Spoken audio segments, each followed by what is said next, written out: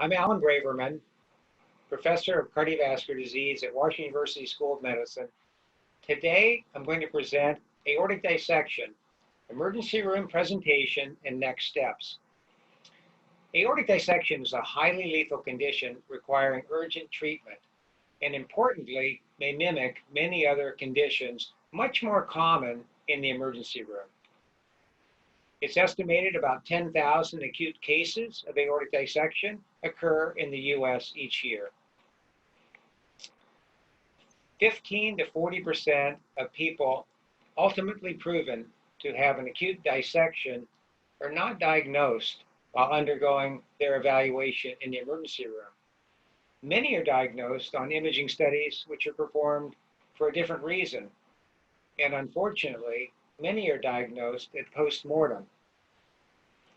So one of the most important factors leading to a correct diagnosis of this condition is a high clinical suspicion that aortic dissection may be the cause of the person's presentation. So how do we think about that? How do you approach people in the emergency room when so many are there? Consider aortic dissection in patients who present to the emergency room with chest pain, back pain, abdominal pain, syncope, or have a Malperfusion syndrome, or present with shock or hypotension. And if you think about, does the individual that I see have a high-risk condition? Do they have a high-risk pain feature that should make one suspicious of aortic dissection? Or could they have a high-risk feature on examination, heightening the suspicion for aortic dissection? High-risk conditions include those at risk for aortic aneurysm dissection, like Marfan Syndrome, Loeys-Dietz syndrome, or vascular Ehlers-Danlos syndrome, or a familial aortic syndrome, so they have a family history. Do they have bicuspid valve disease, or a known thoracic aneurysm that's being followed, or have they had aortic manipulation? All conditions at risk for aortic dissection. Does the individual have a high-risk pain feature? That would be chest pain, back pain, or abdominal pain that's abrupt in onset and severe in its intensity, often described, or more commonly described, as sharp or stabbing, less commonly ripping and tearing, but adjectives of importance in making you consider this as a diagnosis. And does the individual have a high-risk examination feature, such as evidence for a perfusion deficit? So that would be an abnormal pulse in one extremity, or a difference in blood pressure between the arms, or the arm and the leg, or a focal neurological deficit, like chest pain and stroke, or chest pain and aortic regurgitation murmur, or hypotension and shock. So think about these conditions when you have a patient with unexplained chest, back, or abdominal pain, or these other features. And it'll enhance the yield of diagnosis of aortic dissection. So take a very careful history. Aortic dissection typically begins with the abrupt onset of severe pain, and that's different than the crescendo or increasing discomfort of coronary ischemia. Remember, when the arch vessels are involved in dissection, often severe neck or head pain can predominate and can mimic other headache syndromes. The pain is severe in about 90% of individuals, and adjectives such as sharp and severe are the most commonly used. When ripping and tearing are used, they heighten our suspicion, but these are less commonly used. It's maximum intensity at its onset, or in other words, abrupt in onset, and people typically remember exactly what happened and when. I was in the shower and all of a sudden got struck in the back by a baseball bat or stabbed with a knife. So cataclysmic type symptoms should make you think of this condition. It's migratory or traveling from chest to back or back to chest or chest to abdomen in about 17% of people as the dissection propagates. And again, differing than many other chest pain syndromes, those with dissection are often restless, have a sense of doom, and are very uncomfortable, asking something is very wrong or am I going to die? So these are very worrisome appearances of individuals that should make one think of this condition. This is a study looking at 83 people from emergency room with acute aortic dissection. And the initial physician correctly suspected dissection in 65% of cases. Only 42% of people were asked all the descriptors of their pain, like what was its quality, where was it, and what was its onset like. And in 19 people, only one or less of these descriptors was recorded in the record. And interestingly, when all three questions were asked and answered, dissection was correctly suspected in the vast majority, whereas when less information was obtained about the type of pain, the dissection was less often suspected. So take a very careful history and think about this when approaching the patient in the emergency room. People with aortic dissection often look acutely ill. Hypertension is present in about half the individuals in the emergency room with dissection, but not in all. And low blood pressure or hypotension occurs in 20%, usually due to acute complications like pericardial tamponade or rupture or exsanguination or acute heart failure due to acute severe valvular regurgitation from the dissection process. Aortic regurgitation is present in about 40% of type A dissections, and pulse deficits depend upon which dissection, more common in type A than type B. But again, the majority of individuals will not have aortic regurgitation or pulse deficits. So when present, they should heighten your suspicion, but when absent, should not exclude evaluation for dissection. And almost 10% of people with dissection present with fainting or syncope. Again, classifying dissection because type A dissection, in which the ascending aorta is involved, requires emergency surgery. Type B dissection, or type 3, is distal to the left subclavian, and these descending dissections are typically managed medically unless a complication occurs. This slide highlights the importance of early recognition and treatment of aortic dissection, and is based on the IRAD classification system for characterizing survival. If you look at the very early hours after a dissection, and this is called the hyperacute phase, from zero or from onset to the first day, you can see with medical therapy of a type A dissection, almost 20% of individuals have not survived. And that leads to this almost 1% per hour risk of death in the first day of a type A dissection. So it highlights how important it is to recognize this and have treatment early on. Type B dissections have a less mortal outcome when treated medically early unless a complication occurs. The risk of death with dissection, type A or type B, is highly increased by complications such as rupture or malperfusion syndromes. And again, in type B or descending dissections, lower mortality rate when uncomplicated, but about a quarter of patients do develop complications or become unstable, and those who do have a much higher morbidity and mortality rate early on. The complications of dissection which may arise in the emergency room or thereafter include frank rupture of the aorta, as demonstrated here with hemorrhage into the peritoneum, bleeding around the heart, leading to cardiac tamponade, or bleeding into other spaces like the mediastinum or pleura, which can be fatal. Acute aortic valve regurgitation occurs in type A dissection because of the intimal flap, and this leads to aortic regurgitation, which can be manifest as heart failure or a loud diastolic murmur of aortic regurgitation where previously was not present. This highlights the importance of looking for this physical feature on examination of acute dissection or people suspected of dissection. Malperfusion occurs in about a quarter of patients with dissection.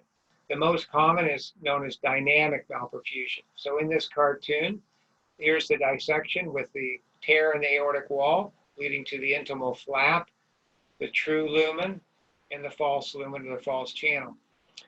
Increased pressure in the false channel leads to collapse of the true lumen, which can interfere with blood flow in a branch vessel and lead to malperfusion in any vascular bed.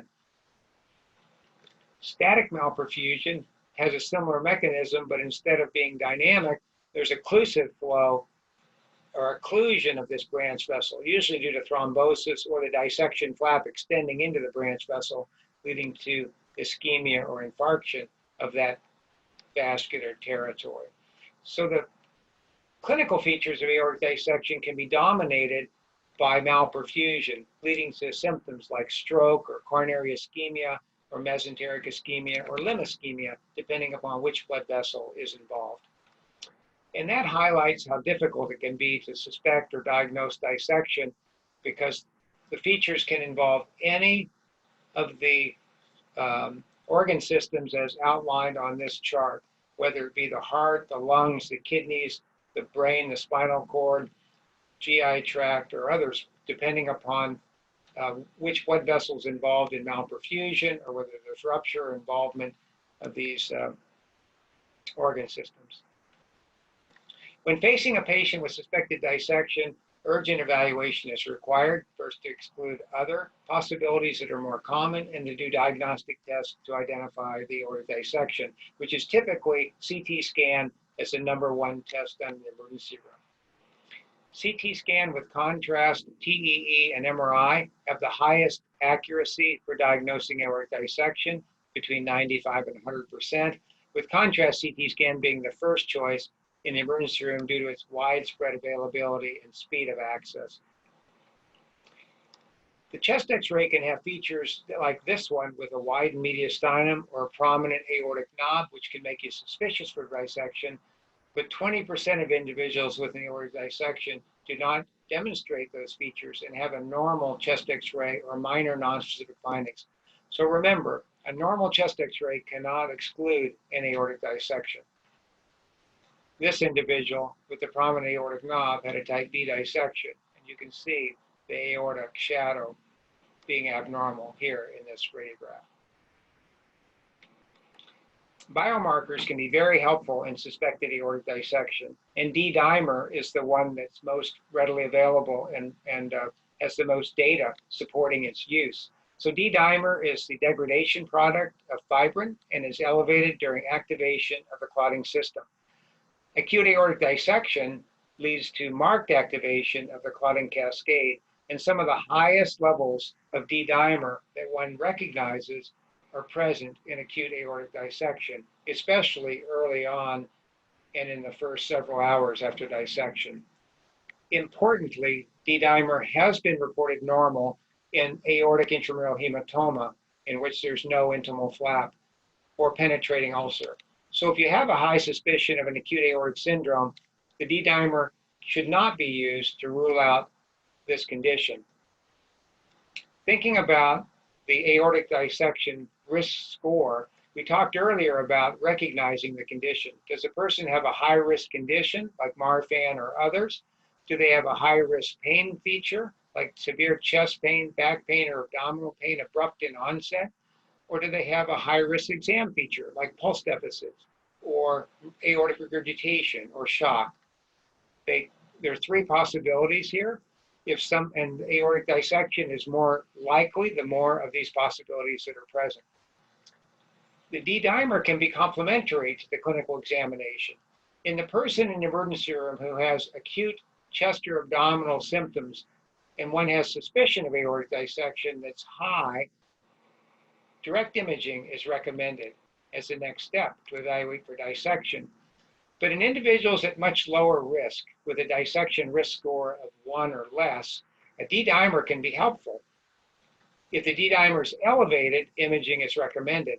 If the D-dimer is normal and the risk of aortic dissection is very low, studies using this algorithm have demonstrated that in low suspicion cases, a normal D-dimer level only missed 0.3% or 1 in 300 cases of aortic dissection. So remember this in the emergency room and when you're thinking about dissection in low-risk individuals where it's still in your differential and you haven't gone on to do imaging. If the D-dimer is elevated, that might heighten your suspicion and allow you to go forward with this testing.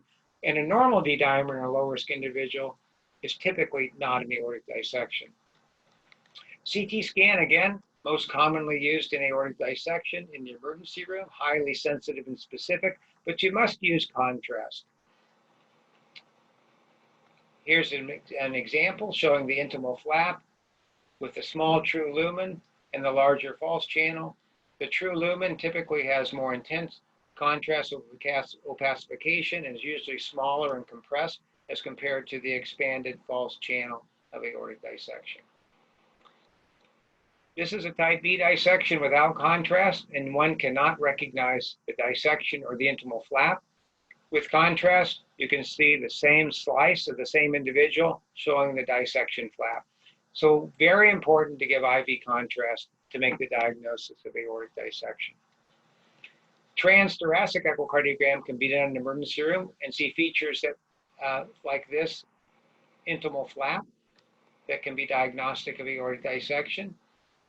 But it's not as sensitive as other modalities, about 75% sensitive for type A, lower in type B. So you can't exclude dissection with transthoracic echocardiogram, but you can diagnose it. But sometimes features like a dilated aorta, aortic regurgitation, or pericardial effusion may make you think this person could have dissection and heighten your awareness, allowing rapid or expedited imaging such as CT scan from the emergency room. Transesophageal echocardiogram, again, highly sensitive and specific for dissection, over 95%. MRI, very sensitive and specific, but it takes longer, less monitoring of the individual, not as readily available. It's typically done for follow-up as opposed to acute studies. Finally, aortic intramural hematoma in the emergency room has a crescentic shadow or density around the aorta of the blood in the wall of the aorta. And our non-contrast study shows this crescentic wall thickening with enhancement. And penetrating ulcers is the other form of acute aortic syndrome that can be recognized by imaging, often presenting with the same symptoms of acute aortic dissection. Once the dissection is identified in the emergency room, prompt blood pressure control is critical. The goal is to lower blood pressure to the lowest level that's associated with adequate tissue perfusion, typically less than 120 millimeters of mercury. Beta blocker-based treatment is paramount because it lessens the rate and risk of propagation of dissection and risk of rupture. So typically IV beta blockers such as esmolol or labetalol are given, and they allow rapid titration, and many individuals require multiple antihypertensive agents. Emergency cardiothoracic surgery is necessary for type A dissection, and emergency vascular surgery for type B dissection, especially when complicated. All individuals not undergoing urgent surgery are admitted to an ICU, and it's recommended they be in a tertiary care center with cardiothoracic surgery, vascular surgery, and cardiology consultation immediately available to deal with complications which can occur, with close observation of vital signs in laboratories and neurological status. Type A dissections, again, emergency surgery is associated with a much improved survival than is medical management. With type B dissections, patients that are complicated have a much worse prognosis. So those with rupture, impending rupture, malperfusion, refractory pain, aneurysm, or uncontrolled hypertension, and have favorable anatomy, typically undergo endovascular repair. Uncomplicated dissections who have high-risk features for progression, such as large entry tears or aneurysms, large false lumen diameters or saccular aneurysms, often undergo early TEVAR, but in the absence of high-risk features, medical management with optimal blood pressure control is recommended. Endovascular therapy has lessened the morbidity and mortality of complications of type B dissections. To summarize, in the emergency room, consider aortic dissection in individuals presenting with chest, back, or abdominal pain, syncope, or features of malperfusion, and ask, does a person under investigation have a high-risk condition which can associate with risk of dissection, like Marfan, familial aneurysm disease, bicuspid valve disease, a known aneurysm, or have they had aortic manipulation? Do they have high-risk pain characteristics, such as abrupt onset of a severe or sharp pain? Or do they have high-risk physical exam features, such as aortic regurgitation, pulse deficits, differential blood pressure, syncope, or hypotension? These are all features which should highlight your concern for aortic dissection. And then pursue imaging, typically a gated contrast CT scan to evaluate aortic dissection. In very low-risk individuals who don't have an explanation for symptoms, you can consider D-dimer testing, which is useful when normal, but not 100% accurate. And when a dissection is diagnosed, initiate beta blocker therapy, aiming for adequate blood pressure control. Consultation with CT surgery is necessary for urgent repair in type A dissection, and other specialists, including vascular surgery, CT surgery, and cardiology, are involved for dissection management, especially type B. In the long-term management after aortic dissection, here's an easy tip. Besides making the diagnosis and achieving blood pressure, changing lifestyle and exercising moderately, remember, these conditions can run in families, so evaluate relatives for a familial disorder that can put them at risk for dissection, image the aorta over time, and do preventative aortic repair as appropriate. Thank you very much for your attention, and protect the tube of life.